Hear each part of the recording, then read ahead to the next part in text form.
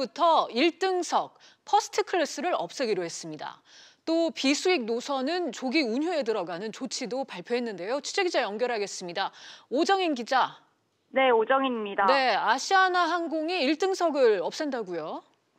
네, 아시아나는 오는 9월 1일부터 기존 퍼스트 클래스 운영을 중단하고 비즈니스 스위트를 도입하기로 했습니다.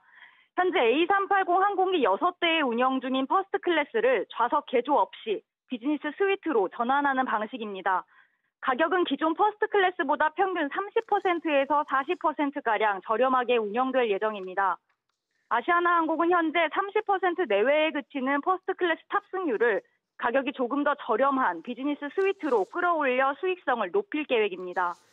네, 승객들에게 제공되는 서비스는 어떻게 달라지나요? 또 마일리지를 포함해서 이미 퍼스트 클래스를 예약한 분들은 어떻게 됩니까? 네, 비즈니스 스위트 승객들은 기내식과 기용품, 무료 위탁 수화물 등 현재 비즈니스 클래스 승객들과 동일한 서비스를 받게 되는데요. 이와 함께 퍼스트 클래스 라운지도 운영할 수 있게 됩니다. 아시아나는 기존 예약자들을 비즈니스 스위트로 유도하고 차액만큼을 환불하거나 마일리지로 돌려줄 방침입니다. 네, 오 기자, 노선도 구조조정 된다고요? 네, 먼저 수익성 강화를 위해 비수익 노선 조기 운휴를 추진합니다. 당초 오는 9월부터 운행 중단될 예정이었던 인천 하바로프스크, 인천 사할린 노선에 이어 인천 델리 노선을 추가했습니다. 운휴 시기도 오는 7월 8일로 앞당겼습니다. 또 안전성 강화를 위한 전략도 내놨는데요. 20년 이상 된 노후 항공기를 현재 19대에서 오는 2023년까지 10대로 줄일 계획입니다. 정비 투자에만 680억 원을 추가 투입합니다. SBS CNBC 오정인입니다.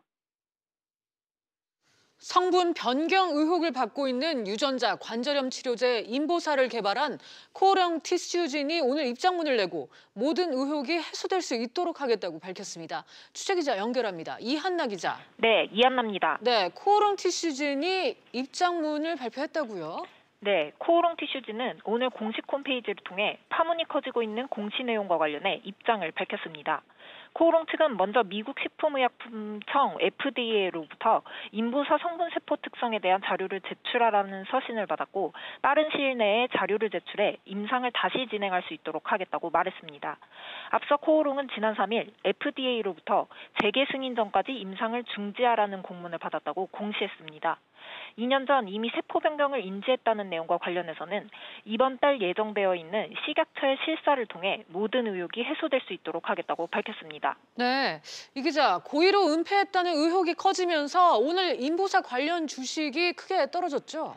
네, 인보사 파문으로 코오롱 티슈진 주가는 오늘 29.72%, 가격 제한폭까지 떨어졌습니다. 개장과 함께 하한가로 떨어진 주가는 결국 11,350원에 거래를 마쳤는데요. 지난 3월 5일 기록한 영구점과 비교하면 불과 2달 만에 주가가 4분의 1 수준으로 급락한 겁니다. 코오롱 생명과학과 주식은 5% 이상 떨어졌고 코오롱 그룹 지주사인 코오롱도 10% 이상 빠지는 등 큰 폭의 하락세를 면치 못했습니다. 지금까지 SBS CNBC 이한나입니다. 미국이 한국산 자동차에 대해 추가 관세를 부과할지 다음 주 주말쯤 그 결과가 나올 걸로 예상됩니다. 정부와 자동차 업계는 그야말로 비상인데요. 취재기자 연결해 자세한 내용 알아보겠습니다.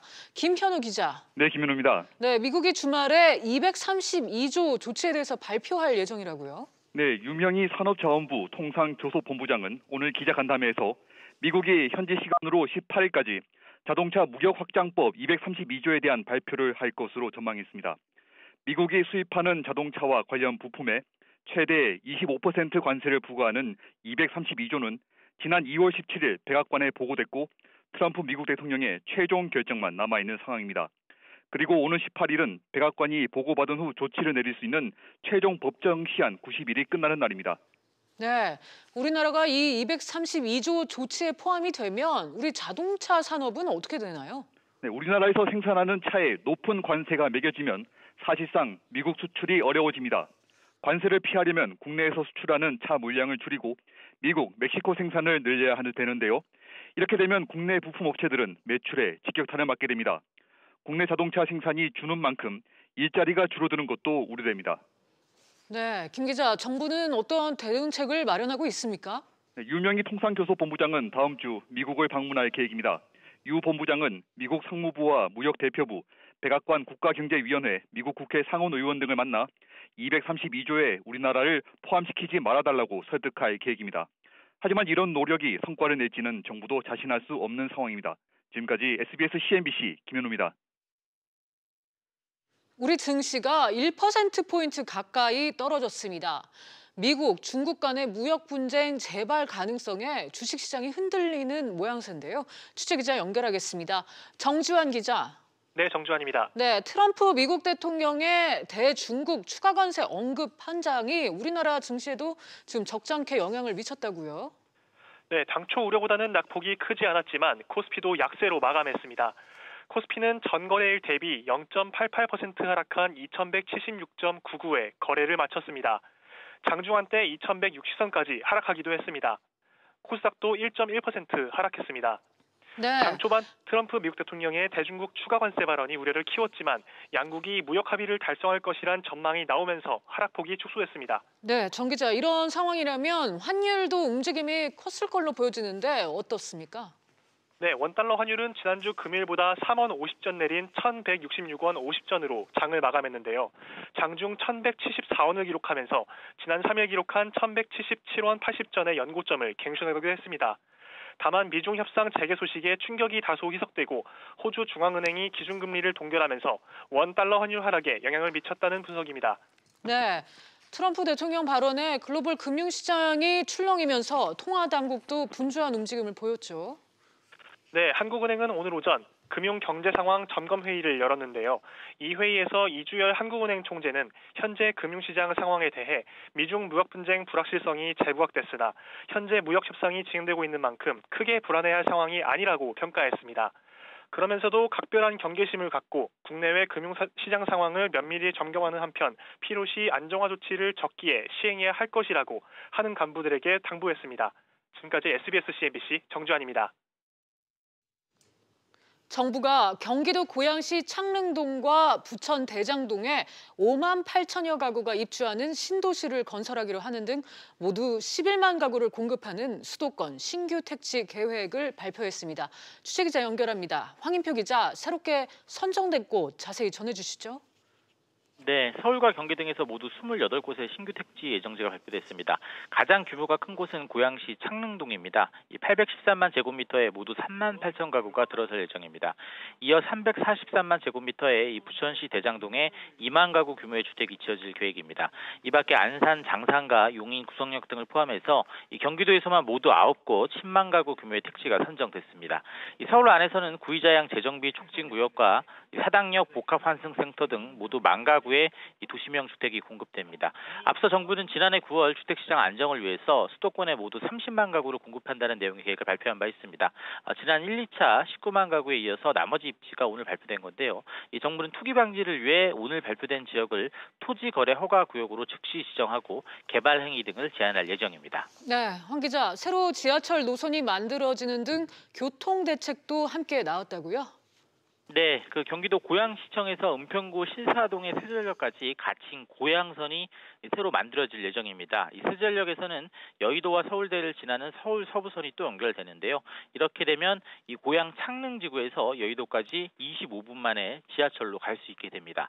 또 일산 백석동에서 서울 문산 고속도로를 연결하는 4.8km 자동차 전용 도로도 새로 놓이고 이 고양 창릉지구와 제2자유로도 4차로로 연결될 예정입니다.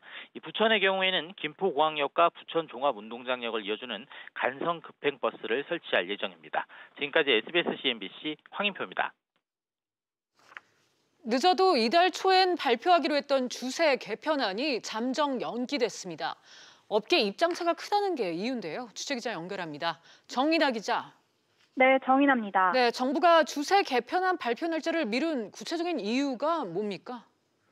네, 정부는 주류업계 내 의견이 분분해 이를 조율할 시간이 더 필요하다고 밝혔습니다. 기획재정부는 업계 관계자들과 몇 차례 간담회를 열고 의견을 수렴했는데요. 주세 개편안을 놓고 소주와 맥주, 지역 전통주, 막걸리 등 주종에 따라 의견 차이가 큰 것으로 나타났습니다. 맥주업계는 대체로 종량제로 개편하는 데에 찬성했지만 일부 이견이 있었고요. 소주와 약주, 청주, 과실주 업계는 종량세 개편에 따라 판매나 유통에 있어 불리해질 수 있다는 점을 우려하는 것으로 알려졌습니다. 네. 최근 소주와 맥주 가격이 오르면서 소맥값 10,000원 시대가 왔다 뭐 이런 얘기들 하는데 과세 체계가 바뀌면 술값 더 오르지 않을까요? 네, 정부는 술값이 변하지 않는다는 원칙을 바탕으로 주세 개편안을 마련하겠다고 밝혔습니다. 또 이를 위해 다양한 개편 시나리오를 검토 중이라고 덧붙였습니다. 기재부는 주종에 따라 단계적으로 종량세 개편을 도입하는 것도 하나의 방법이 될 수 있다고 밝혔습니다. 현재 조세재정연구원에서 주세 개편안에 대한 연구 용역을 맡고 있으며 정부는 이달 17일에 나올 용역 결과와 업계 의견을 토대로 개편안을 마련할 방침입니다. 지금까지 SBS GMBC 정인아입니다. 대한항공이 조종사 노동조합과 2년치 임금 단체 협약을 타결했습니다. 이번 타결에 따라 대한항공은 운항 승무원들에게 2017년과 2018년 기본급과 비행수당을 각각 3% 그리고 3.5%씩 인상해 소급 지급할 예정입니다. 다음 달부터 금융사가 고객에게 금리 인하 요구권을 제대로 안내하지 않을 경우 벌금이 부과됩니다. 금융위원회는 이 같은 내용이 담긴 은행업법, 보험업법, 여신전문금융업법, 저축은행법 등의 시행령 개정안을 입법 예고했습니다.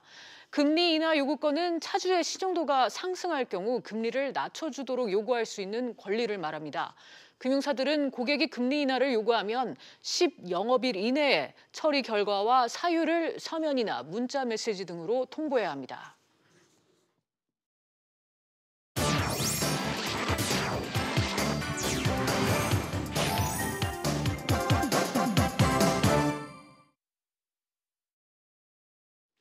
네, 주요 이슈 체크해보는 시간입니다. 오늘도 반가운 두 분과 함께하겠습니다. 김대중 세종대 경영학부 교수 그리고 최진영 변호사 모셨습니다. 어서 오세요. 네, 안녕하십니까. 네, 그럼 이슈 체크 오늘 첫 번째 이슈부터 살펴보겠습니다. 리터당 1,500원. 유류세 인하폭 축소 첫날인 오늘 전국 휘발유 가격이 리터당 1,500원에 육박했습니다. 전국에서 가장 비싼 서울은 1,600원까지 근접한 걸로 나타났는데요. 관련해서 좀 자세히 알아보죠. 변호사님, 오늘 기름값 혹시 보셨는지 모르겠어요. 이 리터당 1,500원, 뭐 남의 얘기가 아니죠.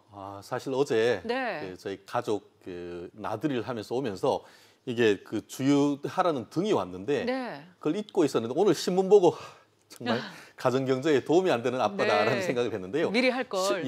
오늘 안 넣는 것을 했는데 네. 사실 오늘 이 방송에 오기 전에 인천 부평에 갔다가 경인고속도로를 타고 계속 왔습니다. 그런데 인천 쪽에서도 한 1,566원 제가 눈여겨봤습니다. 그런데 네. 서울로 점점 더 올라올수록 계속 그 금액이 높아지는 것을 봤는데 떨어질 때는 잘 안 떨어지다가 네. 올라갈 때는 한꺼번에 확 올라가서 사실 몇 달 전만 해도 1,300원대를 사실 좀 봤는 적이 있는데 네. 오늘 거의 뭐 1,600원대에 올라가는 것을 보면서 저 또한 깜짝 놀랐는 그런 상황인 것 같습니다. 네, 변호사님 말씀대로 이렇게 내릴 때는 체감이 잘 안 되다가 오를 때는 왜 이렇게 확 느껴지는지 모르겠어요. 이 교수님, 네. 이 원인이야 뭐 따져보면 많이 있겠지만 역시 이란산 원유 수입이 금지된 것 그리고 유류세 인하 축소 영향 이게 뭐 두 가지가 함께 영향을 미치고 있겠죠. 예, 맞습니다. 우리나라 전체 원유의 한 10%를 이란에서 이제 수입했었는데요.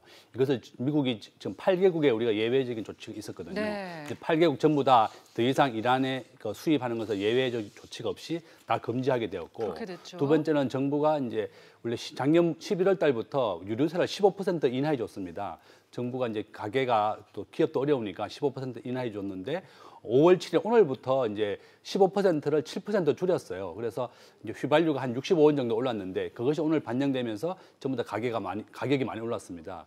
저도 이제 오늘부터 오른다는 뉴스를 봤었는데 네. 저는 차가 또 LPG라서 20원밖에 안 오르는 거예요. 그래서 네. 이거 20원 때문에 밖에 나갔다 왔다가 하면 뭐 본전이겠다 싶어서 안 나갔었는데 그렇군요. 뭐 어쨌든 간에 이제 휘발유 차로 하시는 분들은 네. 65원 정도 올랐으니까 그 70리터 넣으시는 분들 한 4,800원 정도 오늘 유류세 인상 때문에 오르게 되었거든요. 네. 우리나라 전체 기름값의 한 66%가 세금입니다. 네. 그래서 세금이 아주 상당히 영향을 준다 이렇게 볼 수 있습니다. 그런데 교수님 궁금한 게요. 네. 유류세 인하폭 축소는 오늘부터 시행이 된 건데 네. 이렇게 기름값에 이렇게 바로 막 당장 이렇게 적용이 되고 그러는 건가요? 아닙니다. 이제 원래 기름이 이제 우리가 주유소에 오면 한 보름 정도 한 이번 주까지는 반영이 안 될 거고요. 네. 아마 이제 그 다음 주부터는 좀 반영이 될 건데 왜냐하면 주유소에서도 기름을 받아서 한 보름 열흘 정도는 재고로 쌓아둡니다. 네. 그래서 이제 그게 바로 반영된 것은 아니다 이렇게 볼 수 있습니다. 그렇군요. 그러면은 앞으로 계속 오른다 이렇게 볼 수 있겠네요. 예, 저는 이제 지금 현재 금년에 유류가 한 40% 올랐어요. 네. 이렇게 되고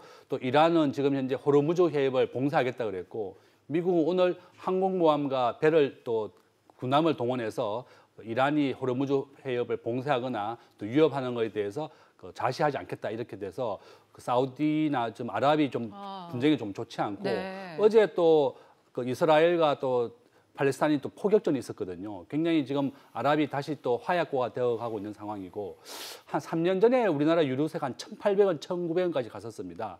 근데 2,000원까지 넘어갈 줄 알았는데 다시 또 불경기가 되면서 다시 유가가 또 많이 내렸었거든요. 그래서 항상 보면 유가가 오르락했다가 또 내리고 또 미국과 중국이 지금 무역 분쟁을 하고 있으니까 또 경제가 활성화되지 않으면 네. 유류세가 또 내려갈 수도 있는 상황입니다. 네. 지금 잘 지켜보고 있습니다. 네, 변호사님. 이렇게 이제 국제 정세도 불안하다 보니까 국제 유가가 이렇게 요동을 치고 이래저래 서민들의 가계 부담만 커진 거 아니냐. 이래서 정부에 대한 시선이 좀 곱지 않은 것 같아요. 그렇습니다. 정책은 타이밍이다 이렇게 얘기를 할 수 있는데 네. 과연 이번 그 정부가 이 유가에 관한 정책의 타이밍에 맞게 하는지에 대해서 많은 국민들이 비판적인 시각이 있는 것 같습니다.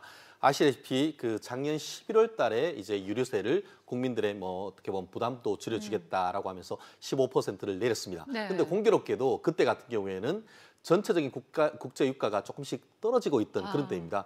떨어지고 있는데 거기다가 더 떨어진 거는 물론 감사는 하지만 그때 같은 경우에도 대형 차량을 가진 부유층한테 오히려 혜택이 더 들어가는 것이 아닌가 하는 그런 비판이 없지는 않았죠. 그런데 좀 전에 교수님 말씀하신 것처럼 다른 때도 아니고 공교롭게 국제 유가가 이제는 거꾸로 올라가는 그 시점에 불난집에 부처지듯이 어떻게 보면 타이밍에 맞게 그 어떻게 보면 그 세금이 더 하니까 결국 떨어질 때는 천천히 떨어지다가 올라갈 때는 유가 증가분과 이 그 조세 증가분이 한꺼번에 겹치니까 훨씬 더 가계의 부담이 더 커지면서 네. 결국 말씀드렸듯이 타이밍을 조금 더 부분을 좀 조정을 하면 어땠는가 하는 그런 후문인데 앞으로 이와 같은 그 처음 유류가를 인하했는 그런 사례인데 앞으로도 유가 정책을 하는데 반면교사로 삼아야 될 케이스가 된 것 같습니다. 그렇겠습니다. 교수님, 이래서 뭐 대안이 필요하다 이런 얘기가 나오는데 그 대안 중에 하나 거론되는 게 알뜰 주유소인데 대안이 될 수 있습니까? 저는 뭐 알뜰 주유소는 큰 대안이 될 수 없고 작은 미봉책에 그칠 것 같습니다. 알뜰 주유소도 또 많지도 않고요. 네. 본인이 직접 주유를 해야 되고 한 100원 정도 차이가 나더라고요. 그래서 알뜰 주유소는 좀 미봉책에 그칠 것 같고 과거에 보니까 이제 그 오페크가 그 1980년도에 석유 정산에 관련해서 자기들이 감산을 해서 유가를 올리겠다는 정책이 있었는데 그것이 실패했어요, 경제학적으로는요. 왜냐하면 많은 국민들이 전 세계 인류들이 그러면 자동차 유가가 오르기 때문에 대중교통을 이용하고 또 이게 예측된 상황이기 때문에 사람들이 대중교통을 이용하고 자기 자동차는 가급적이면 잘 이용 안 하기 때문에 그렇게 된 겁니다. 그래서 이번에 사우디와 또 아랍에미리트 정산을 하겠다. 미국은 그렇게 대안을 제시한 상황이기 때문에 우리 국민들도 이제 가급적이면 승용차보다도 대중교통을 더 많이 이용해야 될 상황이 놓인 것 같습니다. 네, 기름값 상승, 이 정부의 시적절한 대처가 좀 아쉬운 그런 대목입니다. 그럼 바로 두 번째 이슈로 넘어가 보겠습니다. 인보사 미스터리. 세계 최초 골관절염 유전자 치료제인 인보사 사태가 새로운 국면에 접어들었습니다. 인보사의 주요 성분이 허가된 세포와 달리 이 논란이 돼서 판매가 중단이 됐었는데 이 약을 만든 코오롱 측이 허가가 나기 전에 세포가 뒤바뀐 사실을 알았다. 이렇게 드러났습니다. 허가 과정을 허술하게 진행한 식약처의 책임론도 확산되고 있는데요. 변호사님. 지금 그간 이제 코오롱 측은 세포 성분이 바뀐 걸 몰랐다 이렇게 주장하지 않았습니까? 그렇습니다. 한마디로 고의가 아니고 과실로 몰랐다. 네. 뭐 이렇게 한마디로 그 얘기를 할 수 있는데요. 이 부분에 있어서 그와 같은 해명의 진정성에 의문이 제기됐다 이렇게 얘기할 수 있을 것 같습니다. 실질적으로 지금 인보사가 허가 난 것은 재작년 그러니까 2017년 7월 달에 식약청에 허가를 받았습니다. 네. 그런데 이와 같은 그 성분 자체가 뒤바뀐 사실에 대해서 언제 인지를 했는지가 굉장히 중요한데 지금 그 코롱 이 생명과학 측의 대표 같은 경우에는 최근에 왔어야 올해 왔어야 이른바 STR이라고 하는 유전자 검사법을 통해서 이와 같이 그 세포가 변경된 사실을 알았다라고 해명을 했는데요. 알고 봤더니만 그것이 아니고 2017년 7월 달로부터 4달 전 그러니까 허가받기 그 전인 2017년 3월 달에 네. 관련 회사로부터 결국 이 세포가 다른 세포일 가능성을 이미 통지받았다라는 사실이 사실 드러남으로써 이와 같은 그 코롱 측의 어떤 해명 자체가 상당 부분 의심을 받고 있는 그런 상황이 된 것 같습니다. 네, 이번에 이제 미리 알았었다 이렇게 정정 공시를 낸 게 지난주 금요일이었습니다. 연휴 직전이었어요. 일본 제약회사와의 소송 때문에 이런 얘기가 나오는데 이건 또 무슨 얘기인가요? 그렇습니다. 말씀하신 것처럼 어떻게 보면 그 인보사 같은 경우에는 한국생명과학의 개가였다 이런 얘기가 있었지 않습니까? 선진국인 일본 이 미쓰비시 측 네. 회사에서 이와 같은 것을 독점 공급 계약을 그 수천억짜리를 계약을 했었습니다. 그런데 그 허가가 나기 전인 2016년에 계약을 했었는데 그런 이후에 재작년인 2017년 12월 달에 이 내용이 뭔가 이상하다라고 네. 하면서 일본 회사 측이 계약을 파기를 하면서 네. 계약금으로 준 260억 정도를 돌려달라라는 소송을 국제 이 중재재판소에 소송을 제기를 했고요. 네, 네. 아시다시피 우리나라하고 달리 이와 같은 중재재판소나 이럴 때 같은 경우에는 상대방이 있는 증거를 다 내놔라라는 그런 제도가 가능합니다. 네. 아마 거기 속에서 이와 같은 그 증거를 확보를 해서 그쪽에서 일본 회사에서 검증을 하는 과정에서 이와 같은 내용이 드러났지 않을까 하는 추측을 하고 그렇겠네요. 있는데요. 어쨌든 우리나라 회사는 까마득하게 몰랐는지 아니면 네. 우리나라 어떤 식약처는 몰랐는데 일본에서 이와 같은 사실이 드러났다는 점에서도 많은 국민들이 놀라고 있는 상황인 것 같습니다. 네, 놀라고 황당합니다. 그러니까 일본 회사 측에서 어차피 공격을 당할 것 같으니까 어쩔 수 없이 이제 정정 공시를 낸 그런 꼴이 됐는데요. 교수님, 이 어찌됐든 코롱 측이 사실상 거짓말을 한 건 맞지 않습니까? 예, 맞습니다. 네. 코롱 생명과학은 이제 우리나라 바이오 중에서 최초로 이제 유전자 치료제를 이제 그 상장을 하고 또 판매가 허가된 건데요. 네. 이게 주사 한 대가 700만 원입니다. 이제 무릎 연골 이제 어르신들이 잘 무릎이 많이 아프니까 이 주사를 맞으면 유전자 치료 때문에 무릎이 재생적으로 난다 이런 거였는데 알고 보니까 이게 무릎 연골 세포가 아니라 신장 세포, 우리 콩팥입니다. 네. 콩팥은 굉장히 이제 세포로 쪼개지고 잘 분해가 잘 되거든요. 그래서 이것이 미국 FDA 임상 시험 중에서 이게 발견된 겁니다. 원래 연골 세포로 임상 시험을 해야 되는데 이게 콩팥, 신장 세포가 발견된 거예요. 그래서 미국이 임상 시험을 중단하게 되고 이것이 2017년 3월이거든요. 네. 그다음에 우리나라에서 판매가 된 게 2017년 7월입니다. 네. 그러니까 코롱에서는 자기들은 자회사 직원이 미국 임상 실험 중단된 것을 서울 본국에 보고하지 않았다. 그래서 네. 몰랐다고 그러는데 알고 보니까 이 사실을 알고 있으면서도 이거를 2017년 7월에 허가를 받아서 판매한 겁니다. 네. 그래서 전체 우리 국민 중에 한 3,400명 정도 이 주사를 한 대 700만 원이 하는 고가의 주사를 맞았는데 이 또 부작용이 나오고 또 이 액이 또 사람의 혹시 암을 유발하는 종양세포가 아니냐 이런 의심까지 받고 있어서 더더욱 큰 걱정을 주고 있습니다. 네, 변호사님. 지금 이제 코롱 측은 자회사가 제대로 보고하지 않았다. 뭐 이런 주장도 펼치고 있는 것 같은데 어떻게 이런 일이 벌어질 수 있는 건지 납득이 가질 않거든요. 사실 저희가 그 영화를 보다 보면은 네. 특히 신약 개발이라든가 어떤 뭔가 바이오 관련되는 것이 혁신적인 어떤 발명이나 발견이 나오면서 그것에 대한 어떤 그 사이드 이펙트 부작용 같은 것들을 이렇게 막는 과정에서 그것을 또 이렇게 제보하는 그런 영화를 종종 보고 있는데 네. 그와 같은 것이 단순 영화가 아니고 현실에서 벌어지는 것이 아닌가 하는 충격이 있지 않습니까? 그렇죠. 실제 이것 같은 경우에는 그 생명윤리와 관련되는 것이고 교수님께서 말씀하신 것처럼 경우에 따라서는 이와 같은 신장세포가 이른바 종양 유발할 수 있는 그런 부분에 어떤 문제가 있을 수 있기 때문에 치료를 위해서 주사를 했는데 알고 봤더니만 종양이 있으면 어떡하는 그런 안전성의 문제가 지금 보고되고 있지 않습니까?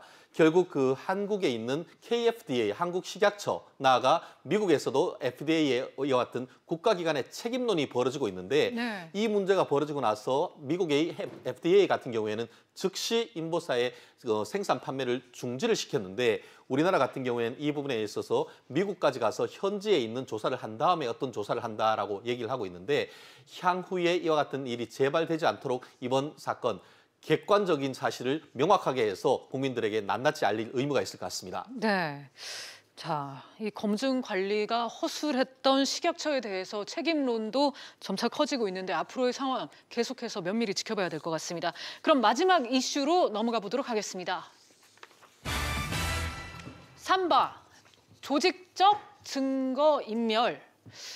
분식회계 의혹을 받고 있는 삼성바이오로직스가 공영 서버 은닉 등 증거인멸 정황이 드러나 또 논란이 되고 있습니다.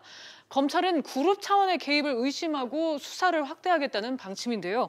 변호사님, 지금 삼성바이오로직스 보안 실무 책임자에 대해서 구속영장이 발부가 됐나요? 아직 청구된 상황이죠. 오늘 청구가 된 것이고 아마 빠르면은 오늘 저녁 내지 오늘 밤까지 12시까지는 발부 여부가 결정될 것 같은데요. 이미 그 영장이 발부된 것 같은 경우에는 삼성바이오의 자회사라고 할 수 있는 삼성바이오 에피스란 회사에 있는 양모 상무와 이모 부장이 이미 그 증거인멸 혐의로 해서 구속이 됐습니다. 근데 자회사 내에 있는 이 서버를 그 임의로 뜯어가고 뭐 이렇게 증거를 해서 했는데 이번 같은 경우에는 자회사가 아닌 삼성바이오 본 회사의 공용 서버를 이제 그 뜯어가지고서 특정 집안에 가둬뒀다라는 그런 혐의로 해서 지금 구속영장이 청구가 됐는 것 같은데요.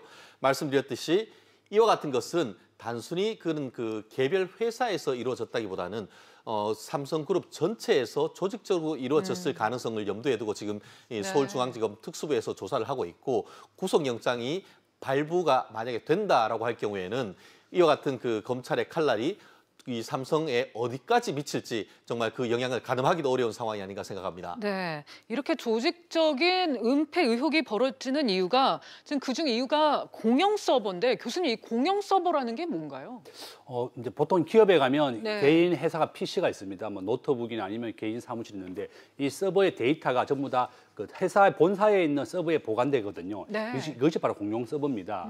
그러니까 개인의 서버가 있고 이 데이터 내용이 전부 다 본사 서버에 내용되는데 이게 공용 서버라 부르는데 삼성바이오로직스 같은 경우는 이게 과연 옛날에 그 미국의 콜옵션을 분식회계 한 내용이 제일 지금 쟁점이 되고 있는 겁니다.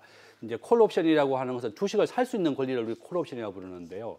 이거 미국의 바이오젠이라는 회사에다가 콜옵션을 부여했기 때문에 삼성이 회계장부에다가 콜옵션을 부여한 사실을 적시해야 되는데 그런 내용을 숨긴 거예요. 그래서 그 제일모직 또 삼성물산, 삼성바이오로직스를 상장하는 그 와중에서 삼성이 이러한 내용을 좀 숨긴 것이 이번에 발각된 거고 이거 담당자가 그 서버 담당자가 이 서버를 아예 통째로 뜯어가지고 자기 집에 보관했던 겁니다. 그래서 그동안 검찰이 찾지 못했었는데 그 회계 담당자 집에 그걸 보관하고 있는 것이 발각이 된 겁니다.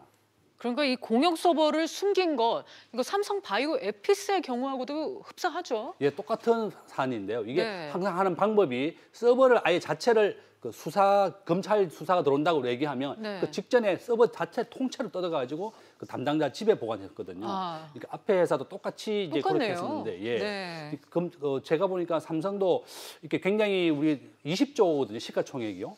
오늘 이렇게 검찰의 수사 정장을 청구했다는 내용이 되면서 주가도 한 3% 떨어졌습니다. 그래서 이게 굉장히 큰 기업이고 거대한 대기업인데 이렇게 속이고 거짓말을 하느냐. 저는 이렇게 삼성 정도 되면 공개적으로 또 투명하게 이렇게 공개도 되는데 왜 이렇게 작은 문제에 대해서 이렇게 좀 숨기고 거짓을 하는지 그런 게 좀 안타깝습니다. 네, 변호사님 그렇기 때문에 지금 검찰이 그룹 차원에서 은폐를 한 거 아니냐 이렇게 의혹을 갖고 있는 거죠. 그렇습니다. 그런 의혹의 근거는 두 가지입니다. 하나는 좀 전에 그 교수님께서 말씀하신 것처럼 이와 같이 증거인멸의 대상 자체가 개별 PC가 아니고 그룹 자체에서 사용을 한다라고 볼 수 있는 공용 서버를 대상으로 했다는 점. 나아가 그와 같은 지시의 주체가 옛날 삼성의 이 핵심 그 브레인이라고 할 수 있는 미래 전략실의 후신이라고 할 수 있는 삼성전자의 기업 지원 TF에서 지시했다는 의혹이 있습니다. 한마디로 그 증거인멸을 했던 대상과 증거인멸의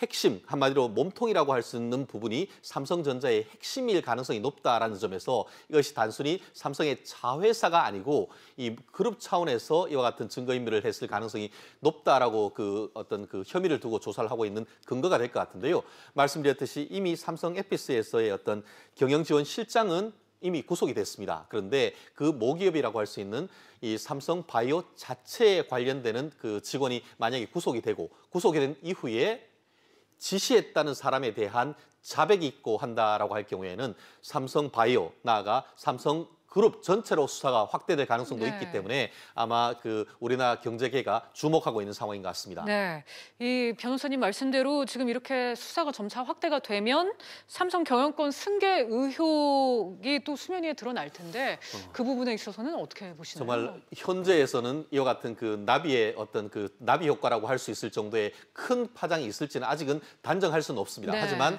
물적 증거가 계속 드러나고 사실 기존의 같은 경우 작년 같은 경우에는 삼바와 관련해서 검찰이 구속영장을 청구를 했을 때 많은 부분 기각됐습니다. 그런데 네. 최근에 있어서는 이 삼성바이오와 관련해서 구속영장이 청구했을 때 영장이 계속 나오는 걸 보면은 법원에 의해서 범죄가 상당 부분 소명됐다라고 지금 얘기가 나옵니다. 그렇다고 할 경우에는 지금 얘기되고 있는 삼성바이오 그리고 그 위에 있는 경영권 승계를 목적으로 했다라고 주장되고 있는 이 삼성물산과 제일모직의 경영권 승계 거기까지도 영향을 미칠 수 있는 부분이라서 아마 삼성그룹 내에서는 굉장히 어떻게 보면은 관심을 가지고 지켜볼 수밖에 없는 그런 상황인 것 같습니다. 알겠습니다. 오늘 이슈 3가지 김대중 교수 그리고 최진년 변호사와 함께 자세히 짚어봤습니다. 오늘 말씀 감사합니다. 계속해서 경제 집중 토론 리얼토크로 이어가겠습니다.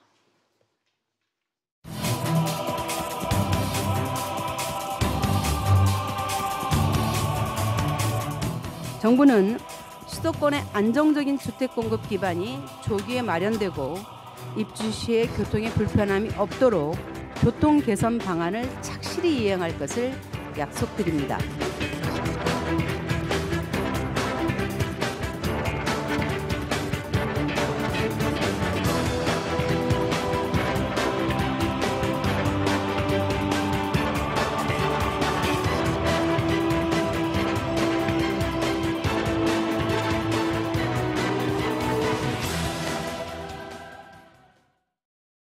국토부가 지난해 9월과 12월 총 19만 가구 규모의 수도권 주택 공급 계획, 즉 3기 신도시 계획을 잇따라 발표했었죠. 그리고 오늘 고양, 청릉과 부천, 대장 3기 신도시 2곳이 추가로 지정됐습니다. 왜 선정이 됐는지 또 향후 부동산 시장에는 어떤 영향이 있을지 3기 신도시 관련해서 얘기 나눠보도록 하겠습니다. 최항수 건국대 부동산대학원 교수 그리고 두성규 한국건설산업연구원 연구위원 두 분 모셨습니다. 어서 오세요. 안녕하세요. 네, 먼저 두 박사님 네. 이 질문부터 드릴게요. 3기 신도시 오늘 그리고 이전부터 왜 발표가 됐는지 사람들이 많이 궁금해하거든요. 네, 지금 문재인 정부는 출범 때부터 부동산 시장의 여러 가지 문제점들을 투기 수요의 어떤 교란체의 어떤 원인을 두고 있다 이런 이야기들을 많이 해왔습니다. 그래서 투기 수요 억제책으로 해서 많은 대책들을 발표를 했는데요. 그 와중에서도 사실은 많은 사람들이 공급 부족에 대한 우려감들을 많이 표시했습니다. 서울이나 인접 신도시 경우에는 향후에 공급이 수요에 비해서 좀 부족하지 않을까라는 우려를 표시하는데 그에 맞추어서 물론 문재인 정부도 2018년도에 주거복지 로드맵을 통해서 5년간 100만 호 공급을 갖다 천명을 했었습니다. 그런데 문제는 여기에 있어서 100만 호 공급이라는 것을 자세히 뜯어보면 그중에 85만 호는 임대주택이고요. 그나마 15만 호가 공적주택으로서 분양이긴 한데 상당히 그 물량이 시장에서 요구를 필요로 하는 어떤 물량에는 턱없이 못 미치는 그런 상황이고 또 시장에서 불안감은 점점 커져가는 상황이었습니다. 그리고 주택 가격도 하락되지 않는 그런 초기 정세들이 지속이 되자 정부가 급기야는 결국 시장에서 요구했던 신도시 공급을 해야 되겠다 이렇게 생각을 해가지고 이번에 나온 것까지 해서 수도권 주변에 있어서 서울 등 이런 쪽에 있어서 공급이 부족하다는 이야기들이 많이 나왔지만 그 부분에서 충분히 교통망을 갖다 확충시켜 줄 테니까 수도권에 살아라 하면서 수도권 인근에 있어서 30만 원, 총 30만 원 공급하는 대책을 내놓게 된 것입니다. 네, 최 교수님, 사실 이번에 추가로 지정된 거 다음 달에 발표하는 거 아니냐 이런 예측이 많았는데 한 달 앞당겨진 것 같아요. 예, 약간 좀 급하게 좀 서둘렀다는 느낌들도 있고요. 원래는 최대 올해 연말까지 이제 발표를 하는 것이 원래 원안이었다라고 저는 이해를 하고 있었는데 이제 6월 달 말까지 이제 발표를 하겠다라고 얼마 전에 발표를 했는데 얼마 전에 6월 말까지 하겠다고 해놓고 벌써 이제 5월 초에 발표했다라는 것은 상당히 정부가 급하게 이런 부분들에 대해서 미리 물론 이제 사전에 고민했겠지만 이런 부분에 대해서 분명히 이제 발표를 이제 앞당겨서 했다라는 어떤 측면들이 있고 이 부분은 아마도 최근에 그 부동산 거래량의 추이를 이제 보면 거래량이 감소되는 것들은 뭐 15주 연속, 16주 연속 거래량이 감소하고 그다음에 부동산 그 가격 지수라든가 이런 것들은 하락하고 있는 것들의 추세는 이어지고는 있지만 그 감소 폭이 점점 줄어들고 있는 걸로 봐서는 어쩌면 약간의 그 학습 효과라든가 이런 것들이 이어지다 보면 집값 상승이라든가 또는 약간 집값의 또 탄력적인 어떤 시그널이 나올 수도 있기 때문에 이런 것들을 조기에 뭔가 진화하고자 하는 그런 정부의 의지를 표명한 것이 아닌가 이렇게 보고 있습니다. 그렇군요. 과연 이번 3기 신도시 조성이 집값을 잡을 수 있겠느냐 이 부분은 저희가 마지막 부분에 좀 다뤄보도록 하고요. 두 박사님, 지난해까지 발표가 됐던 게 총 19만 가구 규모였는데 다시 한번 간략하게 정리 좀 해주시죠. 작년에 이제 공급을 확충하겠다, 신도시 개발 등을 통해서 확충하겠다고 이야기한 게 9.13 대책에서 그 기본적인 골격이 발표가 됐습니다. 그래서 이어서 9월 21일 날, 2018년도 9월 21일 날 첫 번째에서 약 17곳에 3만 5천 호 공급 방안들이 발표가 됐고요. 이어서 2차로 12월 19일 날 그래서 41곳에 15만 5천 호가 합계 발표가 됐습니다. 그래서 다 합계로 한다면 19만 호가 발표가 됐는데요. 이 가운데 있어서 이제 사실은 또 특징적인 게 신도시 개발을 모토로 내세웠기 때문에 우리가 이야기했던 남양주 왕숙이라든지 하남 교산이라든지 그다음에 인천 계양 등 세 곳, 사실은 과천지구까지 포함해서 4곳이었습니다만 그 과천지구는 전체적으로 100만 제곱미터에 못 미치기 때문에 이번에서 신도시 대규모 신도시 공급에 어떤 큰 구면을 못 미친다고 해서 이번에 발표에서는 사실 생략된 채 전체적인 국토부 발표가 나왔던 것으로 보입니다. 그렇군요. 자, 그렇다면 이번에 총 11만 가구가 추가가 된 건데 최 교수님, 당초 정부가 계획한 30만 가구 입지 선정 사실상 마무리됐다고 볼 수 있겠네요. 예, 뭐 아무래도 마무리된 것 같고요. 이번에 이제 19만 5천 가구 이전에 이번에 11만 5천 가구 정도니까 정부가 이제 공약하고 있었던 30만 가구에 대한 어떤 그 수준들이 완전히 만수위에 도달했다 이렇게 볼 수가 있기 때문에 뭐 더 이상의 추가적인 어떤 것들을 기대하기 힘들지만 뭐 정부가 또 뭐 나서서 또 다른 것들을 더 하겠다라고 이제 특별한 그 플랜을 이제 짜지 않는 한 뭐 이번이 이제 마지막이다라고 보시는 게 맞겠습니다. 그렇군요. 말씀드린 대로 국토부가 오늘 3기 신도시의 추가 입지 그리고 수도권 주택 공급 계획을 발표했는데요. 잠시 김현미 국토교통부 장관 브리핑 보고 얘기 이어가 보도록 하겠습니다. 오늘 3차 공급 계획으로 지방자치단체와 충분한 협의를 거쳐 28곳에 11만 호의 입지를 확정했습니다. 그중 330만 제곱미터 이상의 신도시는 고양, 부천 2곳에 5만 8천 호이며 중소규모는 26곳에 5만 2천 호입니다. 두 박사님, 지금 이제 3기 신도시 마지막 주택 공급 대상지로 선정된 게 고양 창릉 그리고 부천 대장입니다. 그렇죠. 어떤 배경으로 선정이 됐을까요? 뭐 여러 가지 이야기가 있겠지만 결국은 신도시 개발에 있어서 3기 신도시의 가장 특징적인 것은 서울과의 어떤 그 접근 가능성, 또 접근에 있어서 용이성 이런 부분들이 강조가 많이 되는데요.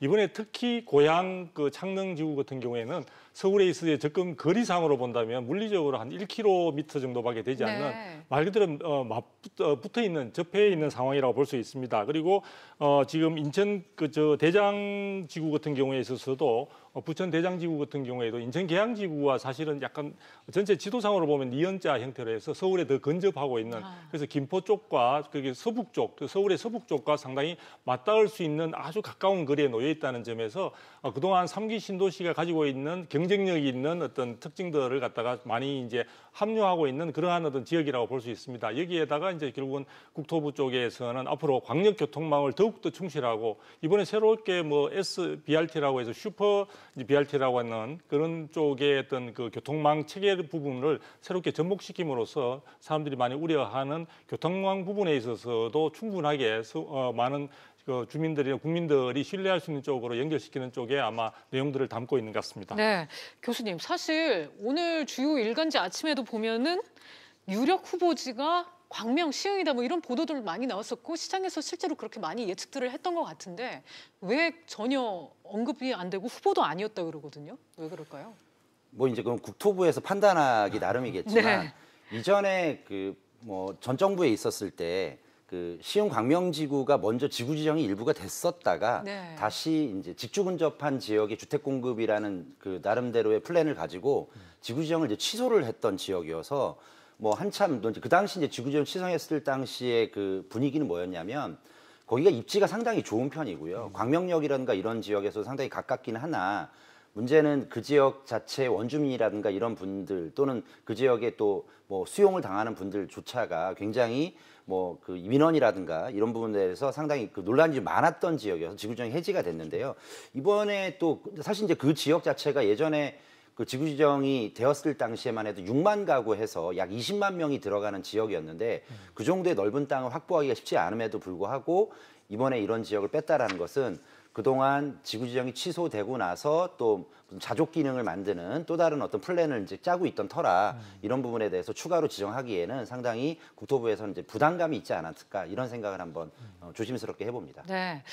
두 박사님, 네. 지금 국토부가 지금 창릉, 고양 창릉, 부천 대장 외에도 서울을 포함한 도심 26곳의 중소규모 형태의 개발 계획을 내놓았습니다. 네. 그 보통 입지 여건이 어떻습니까? 네, 이번에는 이제 입지로 보면은 이게 과연 적절한 입지냐에 대해서 약간 이제 논란의 여지가 있을 수 있는데 네. 주로 이제 지하철이라든지 지하철역 근처라든지 아니면은 일정한 지역에서 공공 유효부지라든지 그다음에 뭐 공공부지나 군의 유효부지라든지 공공시설 자체를 갖다가 좀 복합 개발한다든지 이런 식으로 해서 아무래도 용적률과 고밀 개발을 통해서 도심지 내에 이제 공급할 수 있는 주택 공급할 수 있는 그런 여지를 갖다 좀 확충시키는 쪽에 집중되어 있는 모습을 보여주고 있습니다. 왜냐하면 도심에 있어서 신규 택지에 해당되는 곳을 확보한다는 것은 거의 현실적으로 불가능한 상황이기 때문에 그런 부분에서 기존에 있는 공간들을 갖다 최대한 밀집도를 높여가지고 공급 물량들을 충분히 계획대로 좀 확충할 수 있는 그런 쪽에 많은 비중을 두고 있는 것 같습니다. 네, 최 교수님 오늘 이 국토교통부 기자회견 내용을 좀 보면요, 이 기자 질문이 하나 있었습니다. 이번 대책이 강남권 수요를 흡수하는 데는 좀 부족한 것 같다. 이런 기자의 질문이 있으니까 김현미 국토부 장관이 강남이 좋습니까? 이 강남이 문제가 아니라 그 주거 만족도를 높이는 게 문제다 이렇게 말씀을 하셨거든요. 그 답변 내용은 어떻게 생각하세요? 일단 주거 만족도를 높이는 가장 네. 중요한 방법은 본인이 일터에서 본인의 보금자리까지 접근 가능성이라든가 그 소요되는 시간들을 줄이는 게 어떻게 보면 주거 만족도가 상당히 높을 것 같고요. 네. 이전에 뭐 발표 자료를 보면 수도권에 있는 직장인들의 평균 출근 시간이 81분 얘기를 하더라고요. 네. 그러면 그런 81분이 만약에 절반 정도로만 줄어도 하루에 40분 해서 뭐 한 달이면 800분 정도의 어떤 삶의 질이 좀 높아질 네. 가능성이 있는데 그 부분에 대해서는 약간 준비한 답변이 아니라 약간 본인의 어떤 평소의 생각이라든가 네. 이런 것들을 조금 순간적으로 이야기하신 게 아닌가 싶은데 사실은 이 부분에 대해서는 동의할 수 없는 분들도 상당히 많을 네. 거라고 저는 조심스럽게 생각을 해봅니다. 네. 근데 지금 장관님이 그렇게 하시면서 네. 이런 부분도 있는 것 같아요. 결국은 이제 앞으로 이제 어린이 이제 자녀 양육 부분에 있어서 100% 국공립 유치원과 이런 것들을 갖다가 공급하겠다. 네. 100%라고 강조를 했습니다. 네. 그리고 해당되는 지역에 있어서 3분의 1을 자연공원으로 구성을 하도록 하겠다. 네. 제가 볼 때 일단 비전치고는 굉장히 좋은데 네. 과연 이 부분이 충분한 국가 예산 등을 통해서 확충될지는 우리가 좀 지켜봐야 될 것 같습니다. 알겠습니다. 자, 이렇게 되면 지금 교통 대책도 중요해 보이고요. 네. 일단 입지를 기반으로 최 교수님, 뭐 슈퍼 BRT 얘기까지 나오는데 이 교통 대책 어떻게 보셨어요? 이번에 그 대장지구 얘기한 그 지역은 그러니까 지금 얘기하는 슈퍼 BRT 보통 이제 기존에 있었던 그 인천 청라에서 출발을 해서 작전역 사거리를 거쳐서 강서구청 사거리까지 가는 BRT 노선이 기존에 있는데요. 네. 이런 거 말고 그 노선보다도 훨씬 더 강력하고 중간에 이제 쓰는 노선들이라든가 이런 것들을 좀 더 띄엄띄엄 가게 되는 그런 것들을 그 지역을 거쳐서 지나가겠다. 물론 기존에 발표했던 바로 인접해 있는 계양신도시와 연계를 해서 그렇게 하겠다는 얘기인데 이제 아쉬운 거는 이렇게 되면 요거는 또 지상고 교통수단이긴 하지만 지하철이라든가 이런 건 아니거든요. 네. 뭐 중간에 뭐 도로에 어떤 사고가 나거나 이런 부분에 대해서 뭔가 커버를 할 수 있는 이런 노선이 아니기 때문에 특히 기존에 있던 그 먼저 발표했던 계양지구와 대장지구 같은 경우에는 BRT만으로는 충분한 어떤 교통 수요를 갖다가 감당하기에는 좀 부족함이 있을 것 같고요. 네. 다만 먼저 그 뒤에 발표했던 그 창릉지구 이번에 오늘 발표했던 창릉지구 같은 경우에는 기존에 3호선도 있고요. 그다음에 아까 얘기했던 뭐 고양선이라든가 이런 것들이 약간 지하철 같은 그런 교통수단들이 이제 보완이 되기 때문에 그런 면에서는 비슷한 어떤 규모의 그 다른 대장지구보다는 조금은 더 교통 그 문제가 훨씬은 조금 수월해지지 않을까 이런 비교는 해볼 수 있겠습니다. 네, 두 박사님 또 봐야 할 게 투기 수요일 것 같아요. 네. 지금 국토부가 지자체 합동 조사를 시행하는 등 투기 수요를 철저히 차단하겠다고는 하는데 이게 막아지는 건가요? 막아진다고 보기는 단정하기 쉽지 않습니다. 정부가 그런 부분에서 주민 공람 이후에 바로 즉시 이제 토지거래 허가구역 지정 등 여러 가지 투기 수요가 들어올 수 있는 그런 여지를 충분히 차단하겠다라고 이야기를 밝히고 있거든요. 그다음에 이제 그런 부분들이 충분치 않을 때는 모니터링을 지속하면서 지속적으로 합동 투기 단속반까지 투입하겠다. 이것은 사실 이전에 대책 발표 때마다 항상 우리가 뭐 나왔던 그런 발표들이기 때문에요. 이런 지역과 관련해서 사전에 이번에 어떤 이 후보지들이 뭐 유출되지 않았는 것으로 저는 이제 짐작을 하는데 이런 부분들이 이미 이제 발표되고 난 뒤에도 사실은 투기 세력들은 얼마든지 주변 지역을 중심으로 해서 이런 향후에 투기적인 어떤 수익을 기속할 수 있는 가능성이 있기 때문에 정부가 무엇보다도 이런 것을 다 구두로서 이야기하는 것에 그치지 않고 지속성이 있고 실효성이 있는 방안으로서 앞으로도 계속 이어져 나가는 것이 대단히 중요하다 이렇게 생각이 듭니다. 네. 그러면 마지막으로 이 정부의 취지대로 집값 안정에 이번 3기 신도시가 기여를 할 수 있을지 좀 전망을 해봐야 될 것 같은데 먼저 최 교수님 어떻게 보세요? 뭐 분명히 집값 안정에 영향이 있을 거는 같고요. 네. 왜 그러냐면 뭐 30만 가구 정도를 그 만약에 발표를 하고 인구로 따지면 100만 명 정도를 수용할 도시들을 한꺼번에 짓겠다는 뜻이니까 네. 공급이 그 주변에 직주 근접한 지역에 굉장히 많이 된다면 당연히 그 공급적인 측면에서 수요를 안정화시키는 그런 측면들이 좀 있습니다. 네. 다만 아쉬운 건 뭐냐면 그 2017년 8월 2일 날 파리 조치 때부터 작년 9.13 조치까지 네. 이제 굵직굵직한 조치들이 8차례에 걸쳐서 있었는데 그러한 조치들 중에 공급에 대한 것들이 가장 늦게 발표가 됐다라는 그런 아쉬움은 남고요. 항상 이런 것들은 역대 정부에서도 계속 반복했던 그런 분들이 있지 않나 이런 생각이 왜 들어서요. 그럴까요? 왜 공급 부분은 대책이 늘 늦는 걸까요? 먼저 이제 공급하기 전에 네. 뭐 이런저런 규제들을 먼저 한번 던져보고 네. 그리고 나서 통하면 이제 그런 규제에 이 정도가 먹히나 보다 생각을 네. 하다가 점점 규제를 이제 먼저 계속 던지는데도 불구하고 먹히지 되니까. 않으면 나중에 이제 공급 조치를 발표하는데 네. 이게 계속 지금 벌써 반복되고 있는 것은 역사적 현실은 분명히 있는 것 같다는 네. 생각이 자꾸 듭니다. 자꾸 돌고 도는 것 같아요. 두 박사님은 어떻게 보세요? 저는 뭐 일단 제가 볼 때는 정부가 그동안 수요만 억제하면은 충분히 시장을 안정시킬 수 있다는 좀 심하게 표현하면 오만한 어떤 생각들이 아마 작용을 했던 것 같고요. 근데 지금 3기 신도시 같은 경우는 지역 주민들의 반대가 여러 가지 많은 것들도 있고요.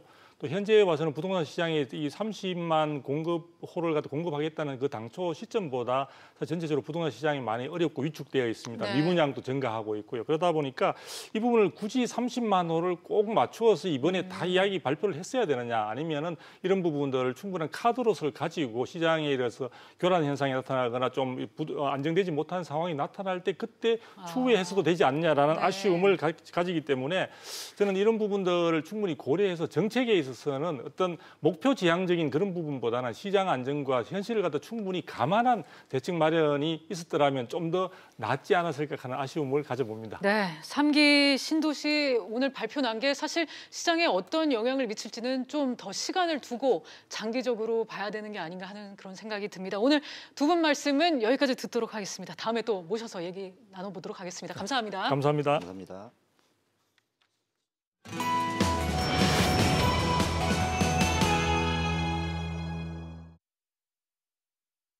오늘 비즈플러스는 여기까지입니다. 다음 뉴스는 7시 뉴스 프리즘으로 이어집니다.